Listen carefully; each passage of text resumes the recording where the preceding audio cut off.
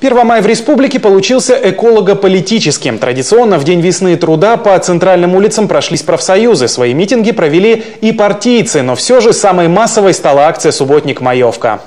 Стремление сделать город чище объединило чиновников, спасателей, педагогов, медиков, артистов и всех неравнодушных граждан. Виктория Палкина оценила масштабы мероприятий. Работники администрации главы и правительства Коми под руководством Вячеслава Газера в этом году выбрали новое место для генеральной уборки. С лопатами и граблями чиновники вышли в Мичуринский парк. Впрочем, здесь, кроме листвы и сухих веток, убирать было нечего. Глава Коми уверен, это главный результат маевки. Мусорить горожане стали меньше. По словам Вячеслава Газера, 3 года назад запускали маевку со скрипом, но она доказала свою эффективность. Человеку вообще свойственен скептицизм, особенно если учесть, что там 20 лет до этого очень многие традиции были утеряны. Вот как вы правильно сказали, постепенно, когда люди все равно видят, что вот такого рода усилия дают свои плоды, люди гораздо более охотно откликаются на это, идут, участвуют. Центральной площадкой маевки стал Кировский парк. Здесь лов активистов был богаче. Кроме листвы и веток, всех мастей, обертки, бутылки, даже люминесцентные лампы. Мусор собирали представители практически всех республиканских ведомств и крупных учебных заведений. Они даже организовали между собой неофициальные соревнования, кто больше соберет. Масштабы ежегодной социально-экологической акции оценил и премьер Владимир Токмаков. Председатель правительства заверил журналистов. Лично убедился в том, что горожане с энтузиазмом выходят на маевку. Объединять людей, горожан, потому что я смотрю, с каким энтузиазмом люди работают, отдыхают, участвуют во всяческих конкурсах. Говоря о том, правильно это или нет, я считаю, что историю в любом случае уже не перепишешь.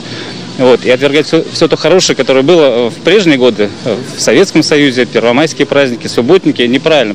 Как заверили участники массовой уборки, этой весной Сыктывкар гораздо чище обычного. По словам мэра Ивана Поздеева, город начали убирать еще с середины апреля. Жители стали выходить активнее, предприятия те вообще, у нас с ними заключены со всеми соглашения, закреплены территории.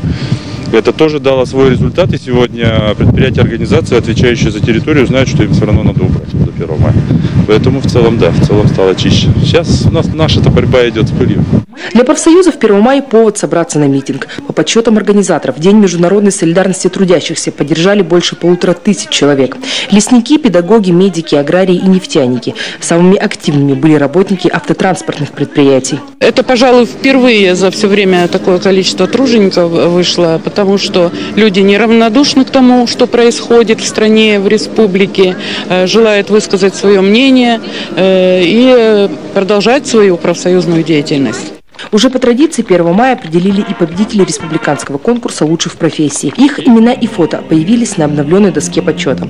Такой честью удостоились 20 человек. Причем для большинства победа стала сюрпризом. Все так неожиданно. Дней 10 назад мне сказали, что я буду на доске почета Республики Коми. Эмоции самые положительные. Сегодня еще прекрасный день. Все супер. На Стефановской площади внимание горожан привлекла и выставка передовой сельхозтехники и продукции местных аграриев.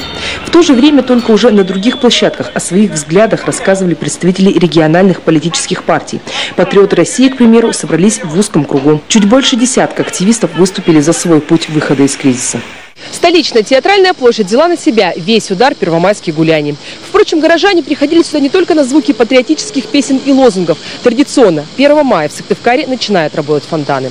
В этот же день на сцене театра, оперы и балета прошел смотр-конкурс ветеранских коллективов «Катюша». Виктория Палкина, Иван Богомолов, телеканал Юрган, Сыктывкар.